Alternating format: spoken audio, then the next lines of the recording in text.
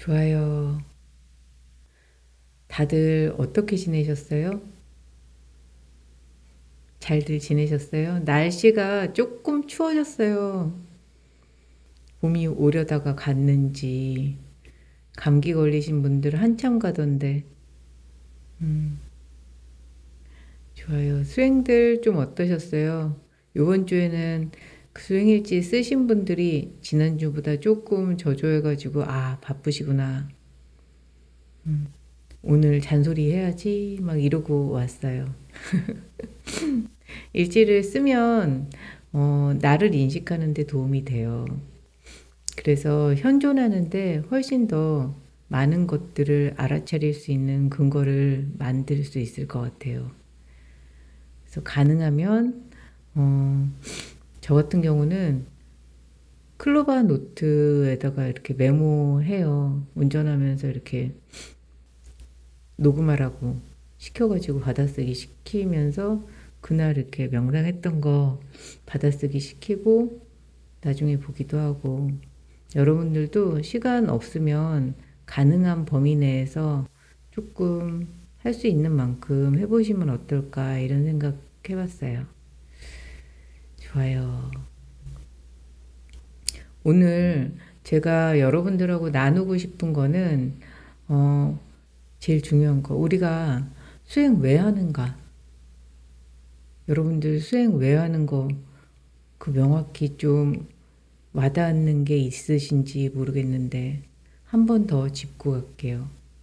마음챙김은 현상학적이고 실존적이에요.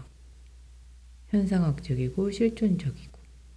이게 무슨 말이냐면 현상학이라는 거는 굉장히 인격적인 거예요.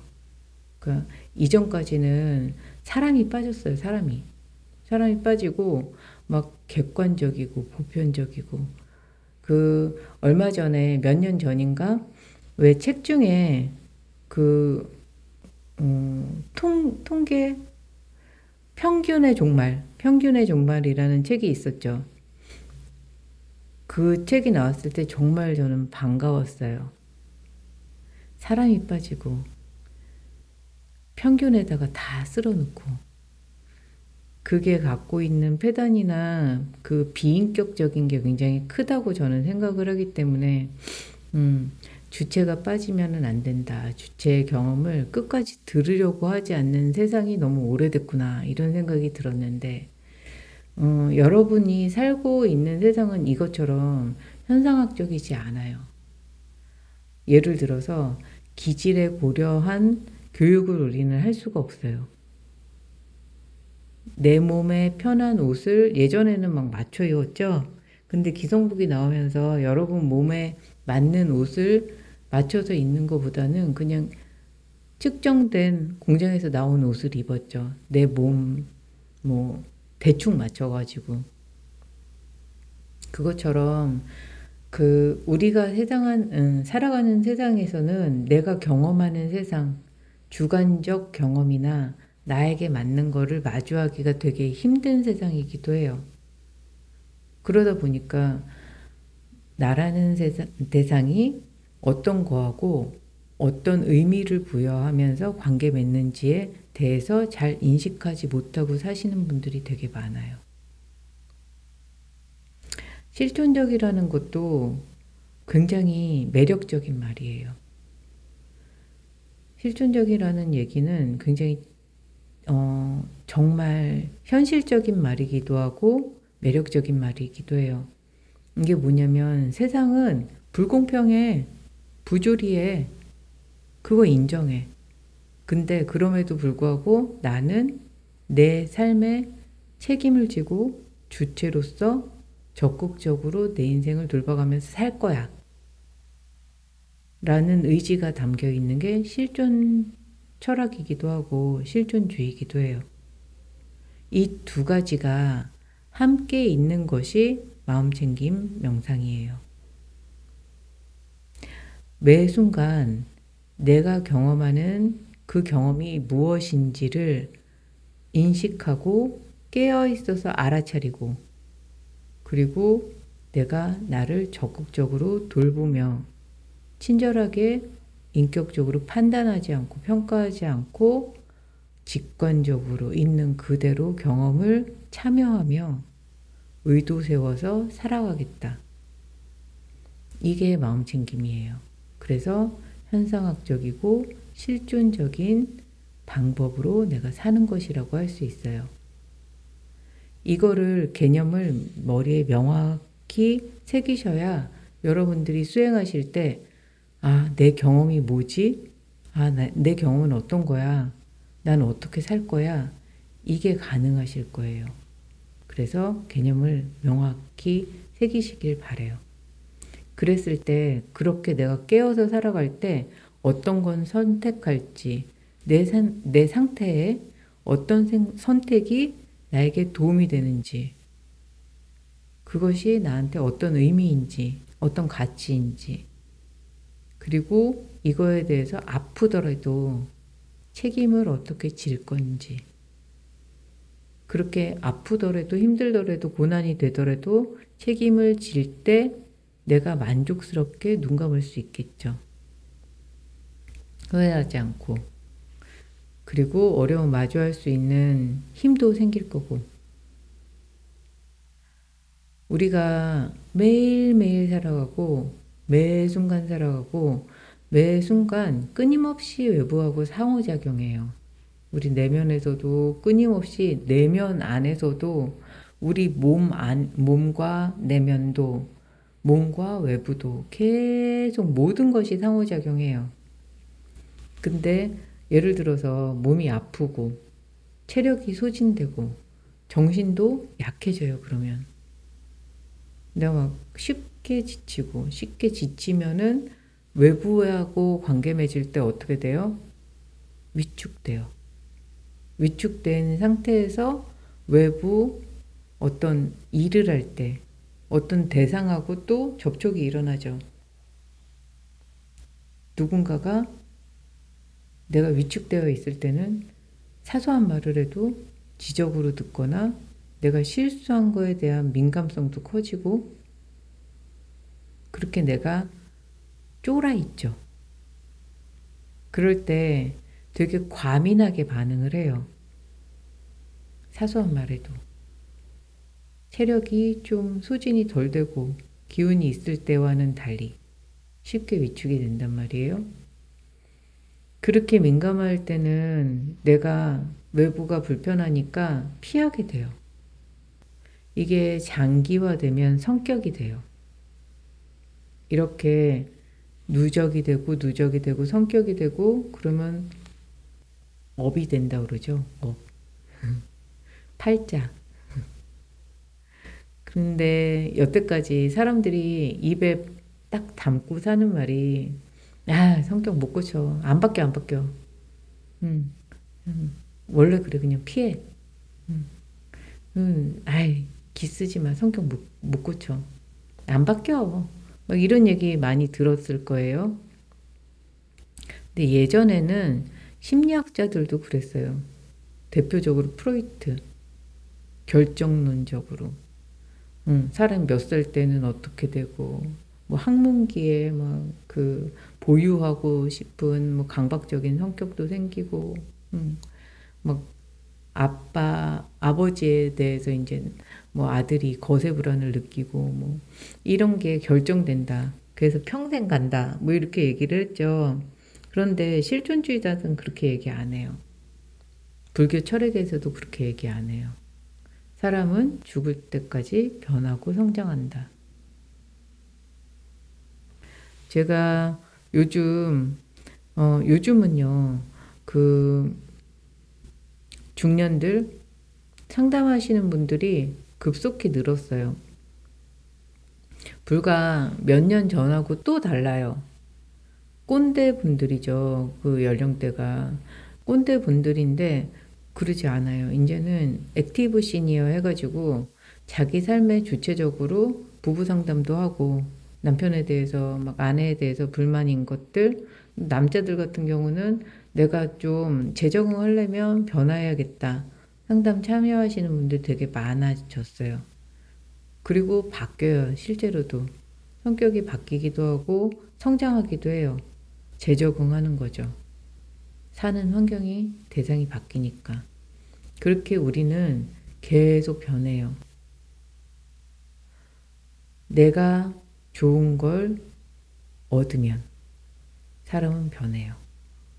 그게 효과적이고 내 삶을 조금 더 행복하게 느끼게 해주면 변해요. 그게 지 좋은 거 하니까 우리는 자기 좋은 거 할 때 힘이 나죠. 자기 좋은 걸 하고 살 때 싫지만 힘들지만 아프지만 견딜 수 있는 그런 힘이 생기는 게 그게 행복한 삶이 아닐까라는 생각이 들어요. 그래서 아까 말씀드린 업보야, 업보. 업이라는 게 뭔가 팔자, 뭐 업. 이게 인과응보를 얘기를 해요. 원인과 결과. 그러면 불교에서 업이라는 개념도 있고 연기라는 것도 들어봤을 거예요. 연기설. 이 두 가지가 같이 중요한데 업이라는 거는 인과응보라고 그랬죠. 연기라는 거는 뭐냐? 어떤 과 어떤 거가 계속 연결돼서 상호작용하는 거.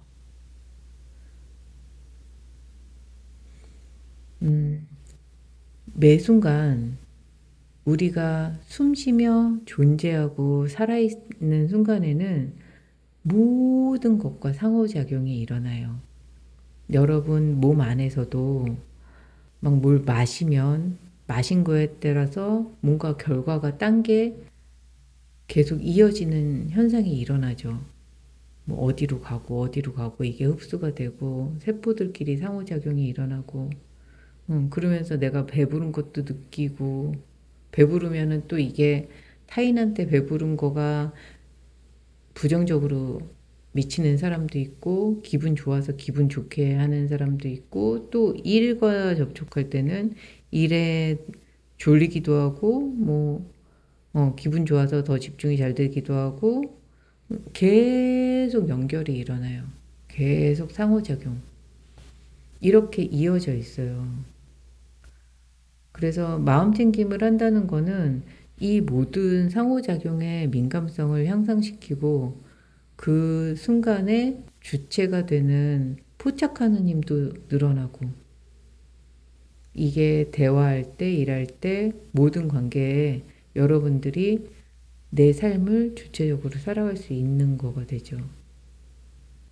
그래서 마음 챙김을 조금 더 가까이 할수록 이거를 일상에서 이렇게 내가 이런 거가 좀 도움이 되네 라는 거를 느끼시는 순간 자발성이 조금 더 생기실 것 같아요. 그러면 우리가 삶을 주체적으로 이렇게 창조를 해나가는데 근데 모든 게 연결되어 있다고 그랬잖아요. 연결되어 있다고. 근데 이 사람 인자 보면은 사람과 사람이 서로 의지하면서 이렇게 살아간다고 그러잖아요. 그러면 우리가 사람하고 어떻게 연결을 해야 되나. 오늘 여러분한테 이제 제가 예전에 저희가 두 번째 만났을 땐가 그때는 8 정도 말씀을 드렸을 거예요. 그 중에 이제 일부가 되는 살아가는 방법 중에 이제 하나를 또 나누려고 하는데 오늘은 베품, 나눔에 대해서 나눔으로 베푸는 걸로 연결되는 거에 대해서 나누고자 해요. 요새 현대 심리학, 상담학, 뭐 정신의학, 뭐 여러 군데에서 여러 연구 결과가 봉사, 헌신, 나눔의 실천이 개인의 심리 자본, 낙관성, 삶의 의미, 삶의 만족감, 자기 효능감 이런 것들을 향상시킨다는 그런 결과 많이 보여주고 있어요. 이게 외부랑 긍정적으로 누군가와 연결되어 연대감을 느낄 때 또는 소속감을 느낄 때 그리고 내가 그들에게 긍정적인 영향을 미치고 있을 때 자신에 대해서 굉장히 긍정적으로 생각하면서 내가 괜찮은 사람이고 내가 굉장히 의도된 삶을 살고 있고 살아갈 만한 세상을 살고 있다는 그런 자신감도 안정감도 느낄 수 있다는 그런 말인데, 근데 여러분한테 제가 봉사하세요, 나누며 사세요, 베품이 좋아요, 그러면 이게 와닿는 분이 얼마나 있을까? 뭐 이런 생각도 들었거든요. 근데 사실 제가 이렇게 일하는 곳에서도 그렇고,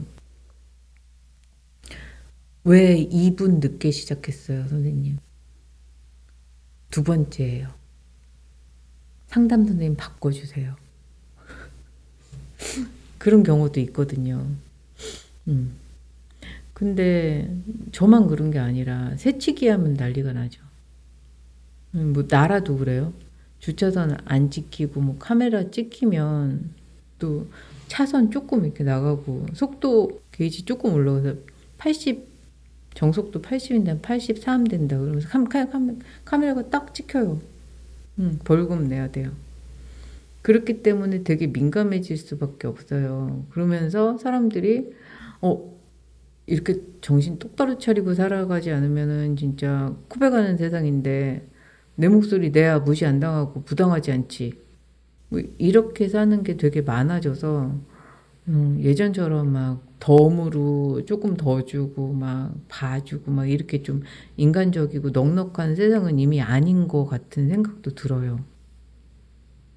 근데 붓다는 베푸는 삶, 그것도 내 이기심을 버리고 굉장히 선한 의도로 베푸는 것을 실천하는 것이 유익하다고 이렇게 얘기를 했어요. 근데 뭐 심리학, 현대 뭐 정신의학에서 똑같은 얘기를 하고 있고, 그렇다고 붓다가 현실성이 없는 사람이었나? 그것도 아니래요. 제가 만나본 적은 없지만 경제관념도 있었대요. 물질이 필요 없다, 경시해라, 뭐 이런 얘기 안 했대요. 물질도 어느 정도 있어야 행복하다, 이렇게 되게 현실적인 얘기를 하셨대요. 그분이 하신 말씀이 보면은 마음에 걸림이 없고, 되게 의롭게 벌고 써라. 너에게도 유익하고, 남도 회의하지 않고, 너도 회의하지 않는 그런 경제활동을 하고, 소비를 해라. 이렇게 말씀을 하셨다는데, 그렇게 말씀을 드리면, 제가 이렇게 만나는 분들 보면 되게 도덕적으로, 윤리적으로 살으라는 소린가, 이렇게 들어요. 근데 제가 볼 때 그것도 아니에요. 이렇게 보면 너무 도덕적이고 윤리적이고 막 이러면 사람보다 도덕이 위에 가 있어요. 그래갖고 어떤 일이 일어나느냐? 원칙대로 해야지. 저 사람 저 양심 없잖아. 저 사람 어떻게 믿냐? 상종 못할 사람인데? 거리 두고. 그러면 이것도 또 나를 감옥에다 가두는 건데. 그리고 이렇게 아닌 거를 많이 보면 손가락질하고 세상을 정글이라고 위험하다고 느끼고 살 텐데. 그러면 그것도 아닌데 어떻게 설명을 해야 되나. 내부와 외부를 바로 보고 깨어 있으면서 살아야 하는 게 정답인 것 같아요. 마음 챙김 하듯이. 수행을 매일매일 해야 이게 곧대곧대 바로바로 올라올 텐데.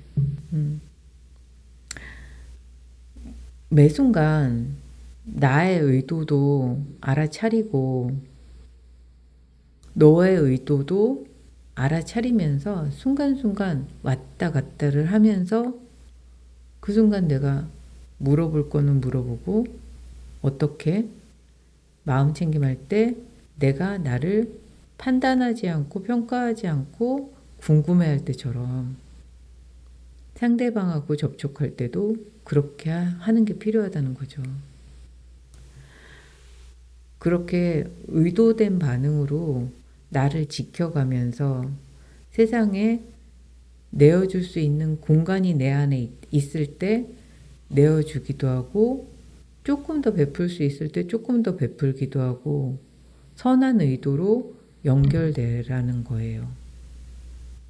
이기심을 버리고 베푼다는 거는 조금 더 구체적으로 말하면 집착을 버리라는 거예요. 집착.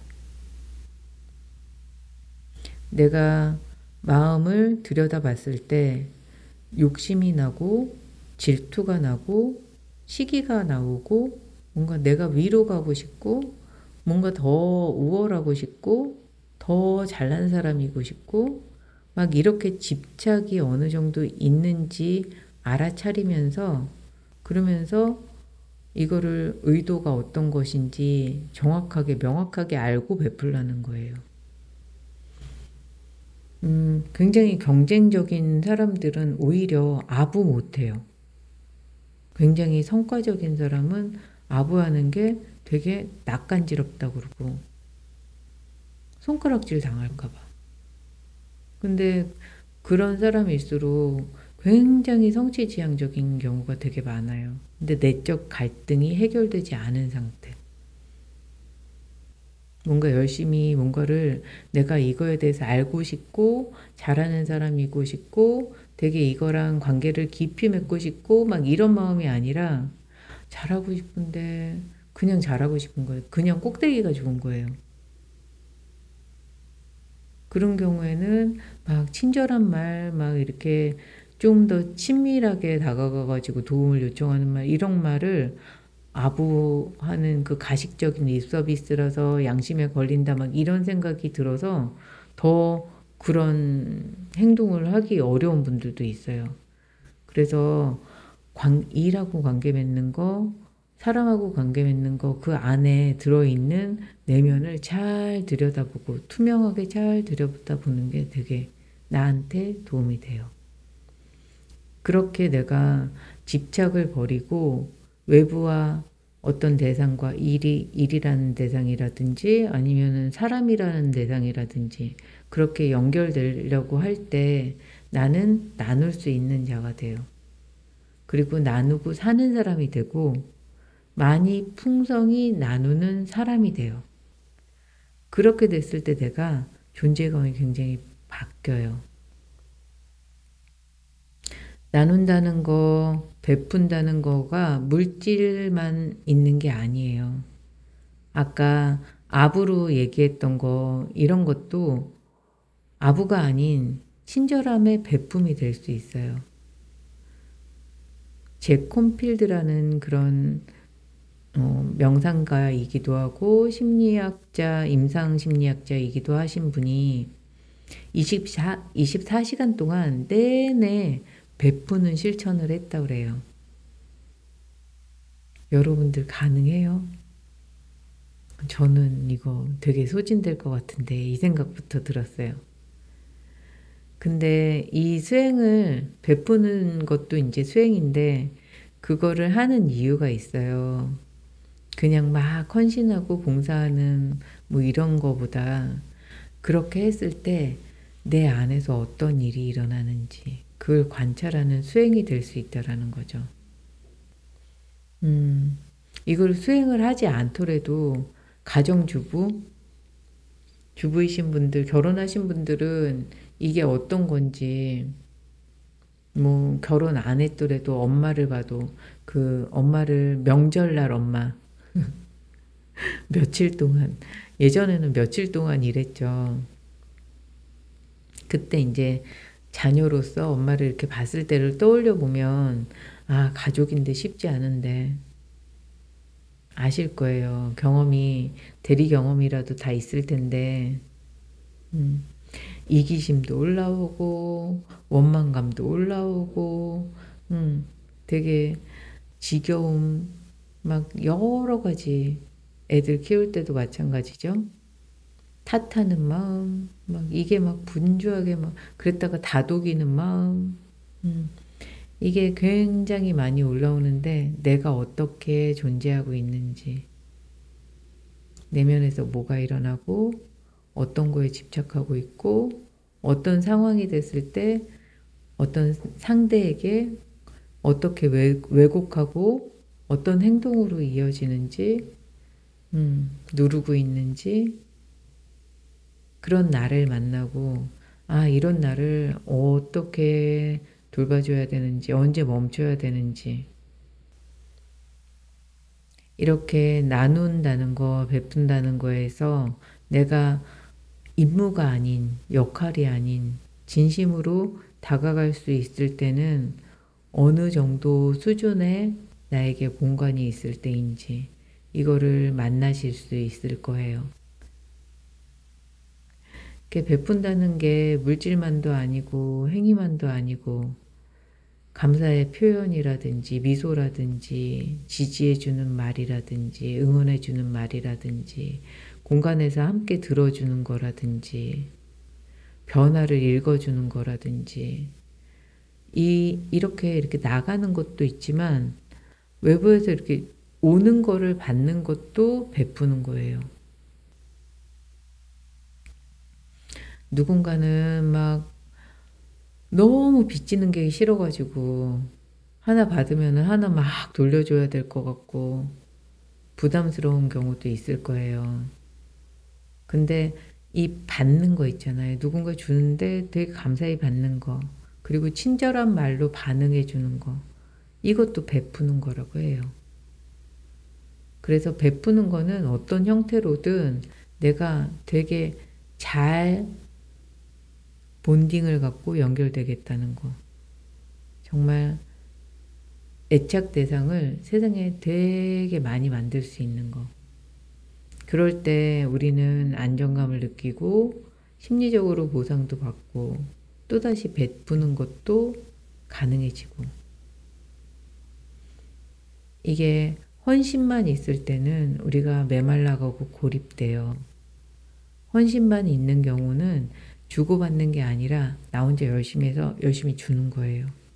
그럼 보상을 받을 길이 없어요.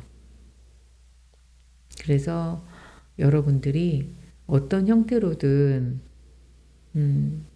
내가 베푸는 것을 통해서 채울 수도 있고 베푸는 것을 통해서 연결감도 느낄 수 있고 그렇게 내 삶에서 베푸는 것을 어떻게 실천을 하면서 나를 풍성하게 연결시킬 것인가 그것도 한번 생각해보고 예전에 알던 친절과 베품과 어떻게 다르게 내가 다시 정의 내릴 수 있는지 그런 생각도 해보는 시간 만들어 봤으면 좋겠어요.